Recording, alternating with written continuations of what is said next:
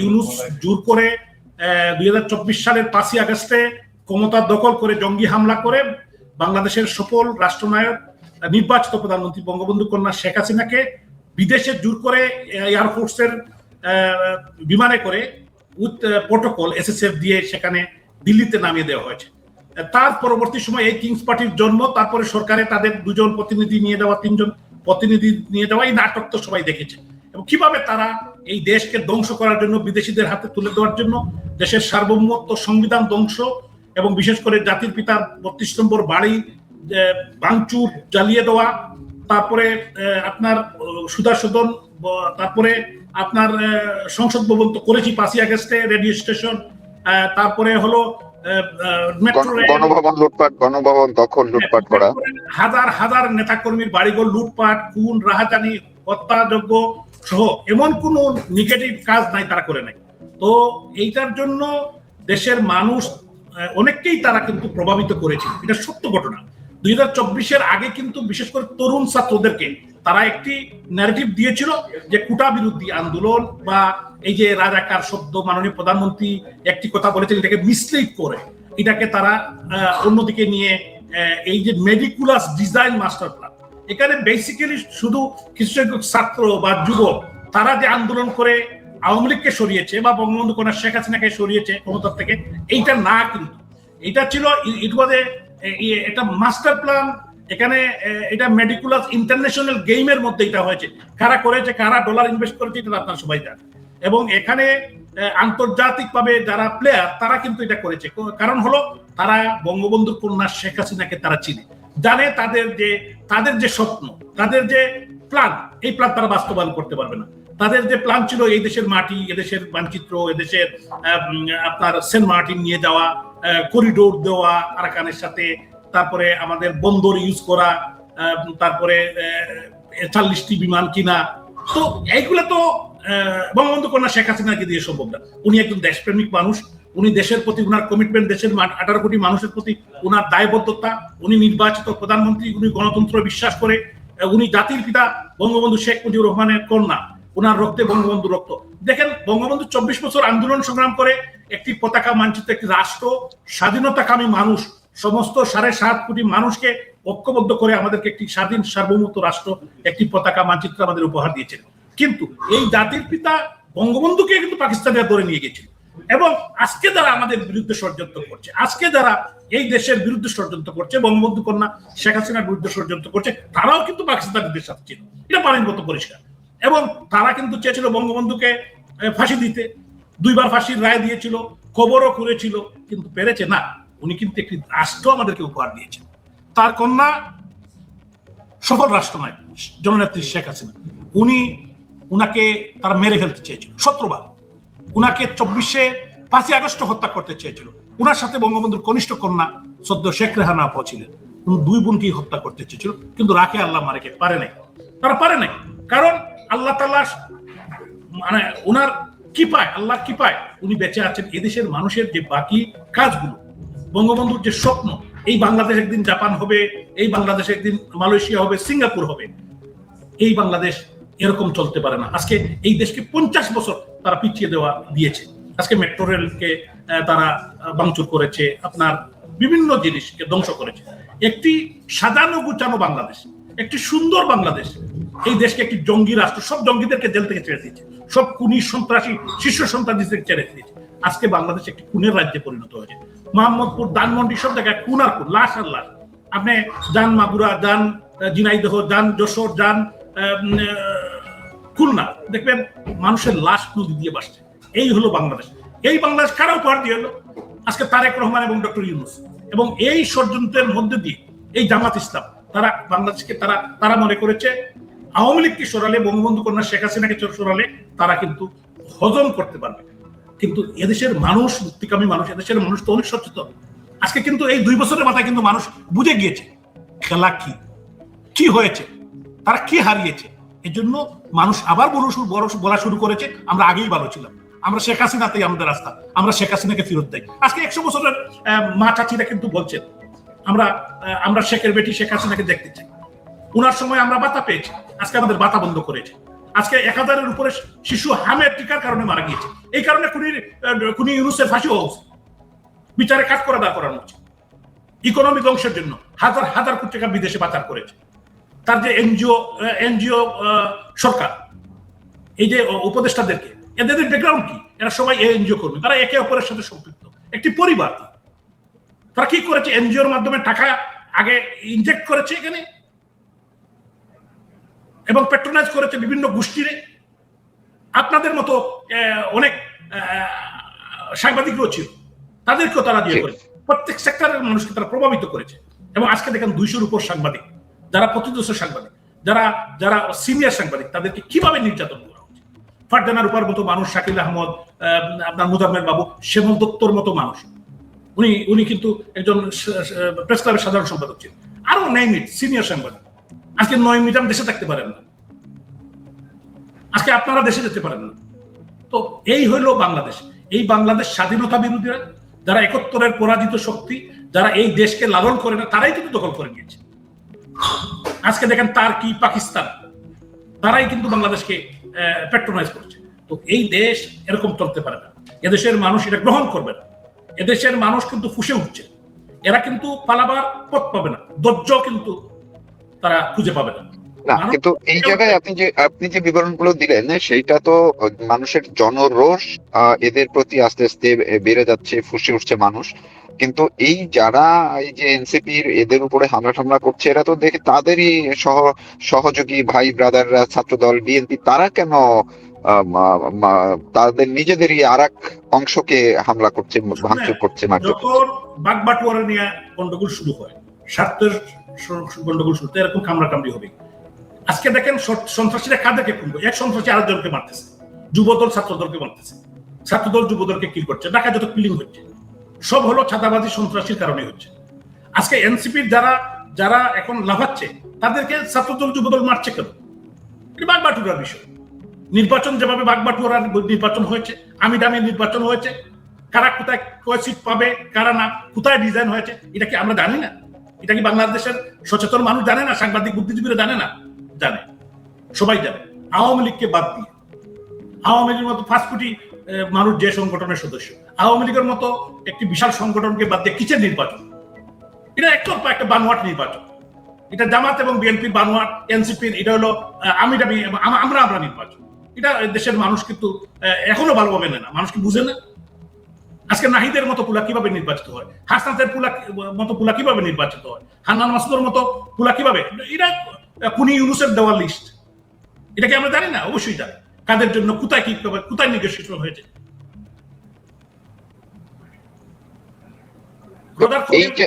রোজার খলিল সাহেব যখন আসলো লন্ডনে, মিস্টার তারেক রহমানের সাথে যখন মিটিং করলো, এখানে কি ডিল হয়েছিল? এগুলাই হয়েছে। এটা মানুষকে দেখানোর জন্য একটি তামাশা আমিরামি নির্বাচন হয়েছে, বিগত নির্বাচন। তারপরে আমরা দেশের সাথে, দেশের মানুষের সাথে, বঙ্গবন্ধু কন্যা শেখ হাসিনা, উনি কিন্তু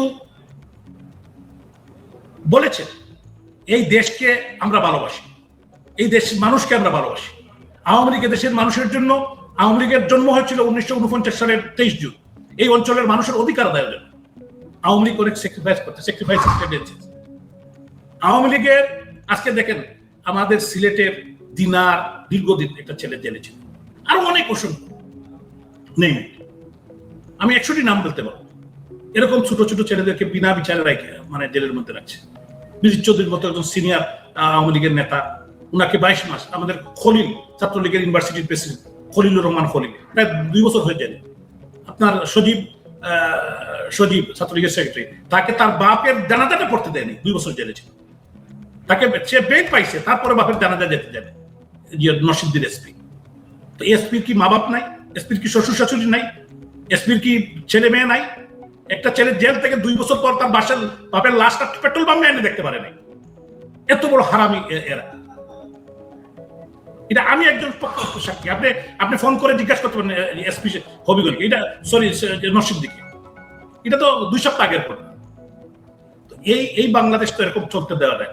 এই বাংলাদেশকে রক্ষা করতে হবে। বঙ্গবন্ধু কন্যা শেখ হাসিনা ডিসেম্বরে যাবেন দেশে, আমরাও সবাই যাব। এই দেশের মানুষকে রক্ষা করতে হবে। এই দেশের মানুষকে যারা বিনা বিচারের বিনা কারণে হত্যা নির্যাতন করছে, এই হত্যা নির্যাতন হাত থেকে বেঁচে যাবে।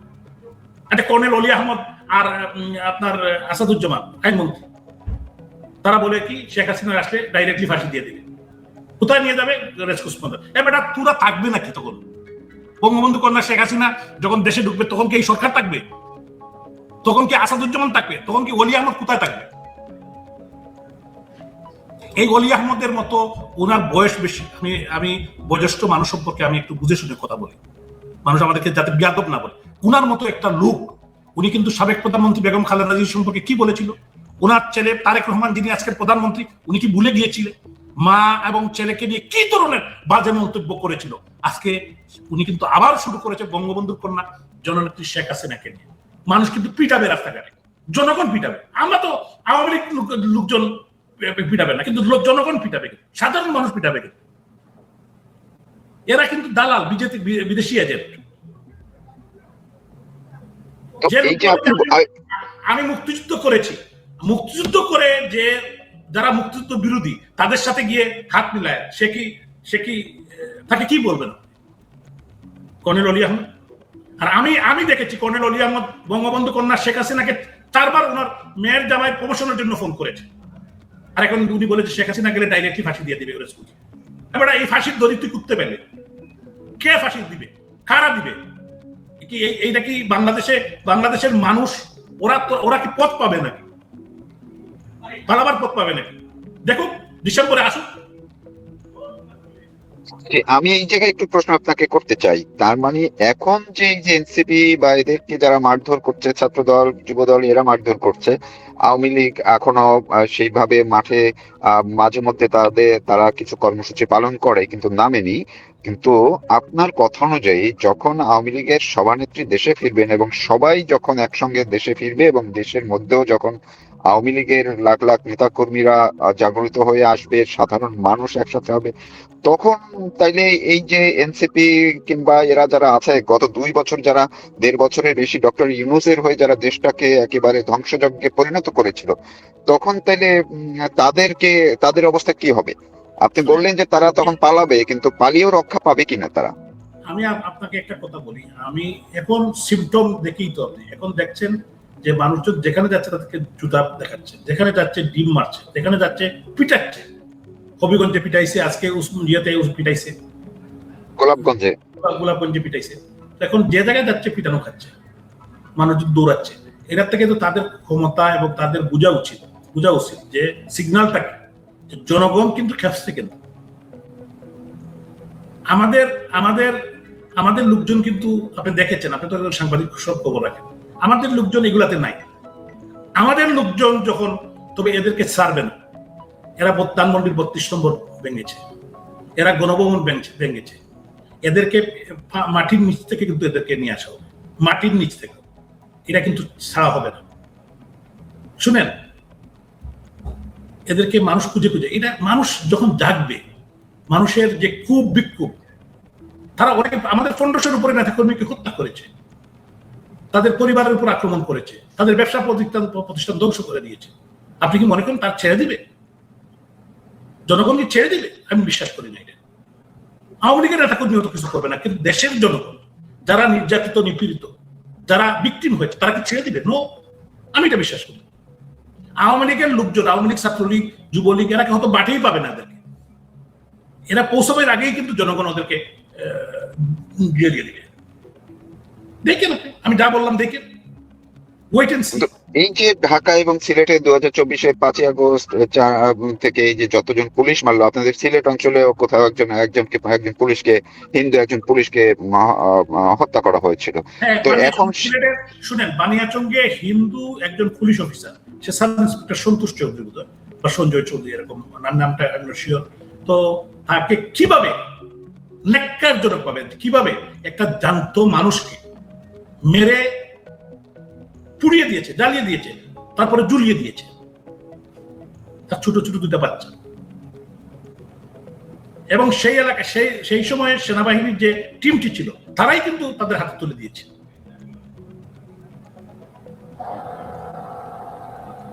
এইটা এর চেয়ে দুঃখজনক ঘটনা কিছু হতে পারে না। তার মানে কি সামনে এই যে বা যারা এখন আবার চেষ্টা করছে, এই আগস্ট, একদিন পরে আগস্ট আসছে, এই আগস্ট ঘিরে তারা কি নতুন কোন মতলব আসছে কিনা? আপনার কাছে কি মনে হয় এই যে হামলা বা পরস্পর নিজেদের মধ্যে যে একটা সিনারিও তৈরি করা, এইটার পিছনে এই আগস্ট ঘিরে নতুন কি কিছু হতে পারে কিনা? তারা আবার নতুন কোন একটা উত্তেজনা তৈরি করার কিছু চেষ্টা করছে কিনা, এমন কি আপনার কাছে মনে হয়? শুনেন, এরা তো সবসময় বাংলাদেশকে একটি মানে ঝামেলার মধ্যে রাখতে চায়।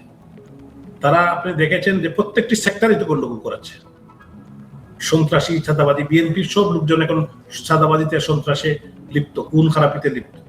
দেশের মানুষ আজকে নাবিশ্বাস উঠেছে। বিদ্যুতের সংকট, জ্বালানির সংকট, মানুষের ব্যাংকে গেলে টাকা পাচ্ছে না, তার নিজের টাকা আসতে পারছে না। সরকার হাজার হাজার হাজার লক্ষ লক্ষ কোটি টাকা লোন নিচ্ছে, 5,000 টাকা কেউ ব্যাংকে পাচ্ছে না।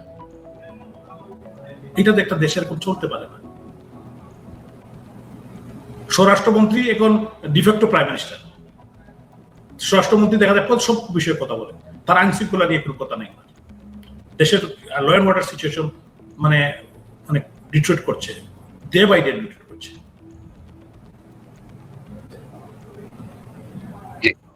অনেক ধন্যবাদ আপনাকে, দর্শক এতক্ষণ আমাদের সঙ্গে ছিলেন। আমি একটি কথা, আপনি দেখেছেন বিবিসির সাবির মোস্তফা, উনি যে হেফাজতের যে পাসি যে ঘটনা, এখানে আপনি দেখেছেন যে বঙ্গবন্ধু কন্যা শেখ হাসিনা উনি সহ প্রায় 41 জনের চার্জশিট দিয়েছে, সেখানে একটি মানুষও মারা যায়নি। সাবির মোস্তফা কিন্তু উনি ইন্টারভিউ দিয়ে বলেছেন, ওনারা বিবিসি থেকে মনিটরিং করেছেন, এখানে কোনো গুলিও হয় না, এটা সাউন্ড গ্রেনেড চলেছে। তো এই হলো বাংলাদেশের অবস্থা, একটা বানানো নাটক, সাজানো নাটক, মিথ্যা মামলা। এটাই হলো সরকারের একটা চ্যাম্পিয়নশিপ হয়ে গেছে। লক্ষ লক্ষ মানুষের বিরুদ্ধে তারা মামলা দিচ্ছে। আপনি জানেন আমার উপরে কতটা মামলা? 100টার উপরে মামলা। আমি কোনোদিন কেউ তাপ্পরও মানিনি। আমার কয়েক জেনারেশন যদি আপনি দেখেন, আমার দাদা, আমার বাপ, আমি, আমার পরিবার, আমার ভাই, আমরা কেউ তাপ্পরও কোনদিন মারিনি। আপনি take the history, go back to my area. কিন্তু আমি শেষ করতাম, আমি ছোট্ট জাস্ট 30 সেকেন্ডের মধ্যে যদি আপনি একটু বলেন, তাইলে এই যে সিলেট অঞ্চলে শুধু বিএনপির এরাই কেন উত্তেজিত হচ্ছে? তাহলে এই যে আওয়ামী লীগের যত নেতা কর্মীদেরকে হত্যা করা হয়েছে, নিপীড়ন নির্যাতন করা হয়েছে, মামলা দেওয়া হয়েছে, তারা তারা এদেরকে তো কিছু বলছে না, সেটার কারণটা কি? বলছে না, এটা ঠিক না। এখন এরা কি করছে আপনি হয়তো জানেন যে প্রত্যেকটা মানুষের বাড়ি করে পুলিশ পাঠাচ্ছে, মিথ্যা মামলা হচ্ছে, ধরে নিয়ে যাচ্ছে। এদের গভর্নমেন্টের ভিতরে ইনফ্লুয়েন্স আছে, কিন্তু এটা কিন্তু একবারে না, এটা না। তারা কিন্তু পুলিশ দিয়ে আমাদের নেতা কর্মীদের তারা বাড়িতে থাকতে দিচ্ছে, যাতে তাদের ভয়, আওয়ামী লীগের প্রতি, যুবলীগ, ছাত্রলীগের, আমাদের নেতা কর্মীদের প্রতি তাদের ভয়, আতঙ্ক। তবে এইটা তাদের মনে রাখতে হবে, কিন্তু আমরা বলবো না, আমাদের নেতা কর্মীরা বলবে না। কিন্তু আর সবকিছু বললেও আমার বাড়ি জ্বালিয়েছে এটা কোনো বিষয় না, আমার বাড়িতে আগুন দিয়েছে বললো, আমার বাড়ি ভাঙচুর করছে, কিন্তু ধানমন্ডির 32 নম্বরে যারা হাত দিয়েছে, জাতির পিতা বঙ্গবন্ধু শেখ মুজিবুর রহমানের ভাস্কর্যে যারা হাত দিয়েছে, তাদের হাত থাকবে না। এই পৃথিবীতে হয় আমরা থাকবো, নাইলে তারা থাকবে। এদের পক্ষ নেই, এদেরকে কোনো মতেই রক্ষা করা যাবে না। এদেরকে রক্ষা, এদের স্পর্ধা, সাহস। এই যে বাংলাদেশে আজকে আমরা বসবাস করি, সেই বাংলাদেশের জন্ম হয়েছিল এই ধানমন্ডির 32 নম্বরের বাড়ি থেকে। বঙ্গবন্ধুর সমস্ত আন্দোলন সংগ্রাম, সমস্ত অর্গানাইজিং এই বাড়ি থেকে, বঙ্গমাতা এখান থেকে, বঙ্গবন্ধুর অবর্তমান এখান থেকে, সব কাজ, ছাত্ররা তারা, যুবনে তারা, যত মিটিং, সবকিছু এখান থেকে হয়েছে। এই ধানমন্ডির ঐতিহাসিক বাড়ি, এবং এটা কিন্তু ওনাদের বাড়িও হয় নাই, ওনারা কিন্তু জাদুঘর হিসাবে এটাকে দিয়েছে, মিউজিয়াম। সেই মিউজিয়াম পর্যন্ত ধ্বংস করে দিয়েছে। বঙ্গবন্ধুর সমস্ত স্মৃতি তারা মুছে দিয়েছে। তারা মনে করেছে বাংলাদেশের বাঙালির হৃদয় থেকে বঙ্গবন্ধুকে বিচার, এটা তো সম্ভব না। ভুল চিন্তা। এটা ইতিহাস বলে না। ইতিহাস তার আপন মহিমায় চলে, আপন গতিতে চলে। ইতিহাস আগামী প্রজন্ম অবশ্যই জানবে। ধানমন্ডির 32 নম্বরে আঘাত করার একটি পুরা ইট কিন্তু কথা বলবে। এই ধানমন্ডির 32 নম্বরের বাড়ি কিন্তু বাড়ির প্রত্যেকটি ইট কথা বলবে। এদেশের মানুষের আত্মার সাথে, হৃদয়ের সাথে এই বাড়ির সম্পর্ক রয়েছে। এটা একটি ঐতিহাসিক স্থাপনা, ঐতিহাসিক বাড়ি। এই বাড়ির উপর কেন তাদের তো রাগ? কারণ স্বাধীনতা বিরোধী যারা, খুনি যারা, আলবদর আশরাফ স্যার, তাদের রাগ কেন একটি মিউজিয়ামের উপর, একটি বাড়ির উপরে? কারণ এটা মুক্তিযুদ্ধের স্মৃতি বিজড়িত, এটা একটি ঐতিহাসিক দলিল, ঐতিহাসিক বাড়ি। বঙ্গবন্ধু জীবনের সিংহভাগ সময় এই বাড়ির থেকে এই দেশের মানুষের মুক্তির জন্য নেতৃত্ব দিয়েছেন। এই কারণে, আর কোনো কারণে। অনেক ধন্যবাদ আপনাকে। দর্শক এতক্ষণ কথা শুনছিলেন, কথা বলছিলেন সিলেটের সাবেক মেয়র আনোয়ারুজ্জামান চৌধুরী। তিনি যে কথাগুলো বললেন যে এই যে এনসিপির উপরে ছাত্রদল বা বিএনপি যতটুকু যা করছে এটা আসলে নিজেদেরই এক ভাগ বাটোয়ারার ব্যাপার, এছাড়া আর কিছু না। কিন্তু যখন জনমানুষের আসল রোষ যখন বহিঃপ্রকাশ করবে রোষের, এবং বাংলাদেশ আওয়ামী লীগের নেতা কর্মী সমর্থক যাদেরকে হত্যা করা হয়েছে, যাদের বাড়িঘর জ্বালিয়ে দেওয়া হয়েছে, 32 নম্বর জ্বালিয়ে দেওয়া হচ্ছে, বঙ্গবন্ধুর যত স্মৃতি সেগুলোকে ধ্বংস করা হয়েছে, ভাস্কর্য ধ্বংস করা হয়েছে, এর অবশ্যই একটা প্রতিকার হবে। এবং তখন